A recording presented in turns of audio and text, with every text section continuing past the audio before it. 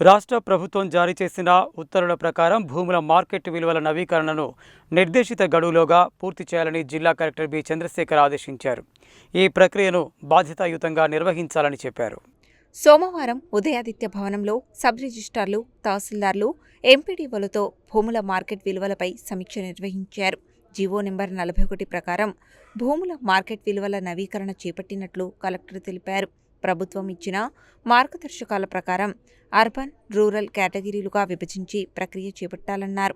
ఇందుకు సంబంధించి 1, 2, 3, 4 ఫారంల ఆధారంగా ప్రాంతాల వారీగా రహదారులు, మండల కేంద్రాలు, నియోజకవర్గ పరిధులు తదితర అంశాలను పరిగణనలోకి తీసుకుని భూముల విలువలను అంచనా వేస్తున్నట్లు చెప్పారు.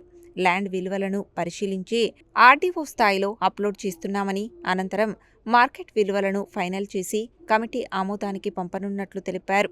అర్బన్ కమిటీలో అదనపు కలెక్టర్ చైర్మన్గా ఉండగా municipal commissioner, ZP CEO, sub registrar సభ్యులుగా ఉంటారని చెప్పారు. రూరల్ కమిటీలో ఆర్డీఓ చైర్మన్గా, సబ్ రిజిస్ట్రార్, తహసీల్దార్, ఎంపీడీఓ సభ్యులుగా వ్యవహరిస్తారని వివరించారు. నాన్ అగ్రికల్చర్ ఫిజికల్ కమిటీలలో ఫారం 1, 2లను, అగ్రికల్చర్ కమిటీలలో ఫారం 3, 4లను పూర్తి చేయాల్సి ఉంటుందని తెలిపారు. స్టాంపులు మరియు రిజిస్ట్రేషన్ల చట్టం ప్రకారం అన్ని వివరాలను సరిచూసుకొని నమోదు చేయాలని సూచించారు. అగ్రికల్చర్ భూములకు కనీస మార్కెట్ విలువ 2,75,000 రూపాయలు, మున్సిపల్ కార్పొరేషన్ పరిధిలో 5 లక్షల రూపాయలు, హెచ్ఎండిఏ పరిధిలో 10 లక్షల రూపాయలు ఉండాలని ప్రభుత్వం నిర్దేశించినట్లు జిల్లా కలెక్టర్ తెలిపారు.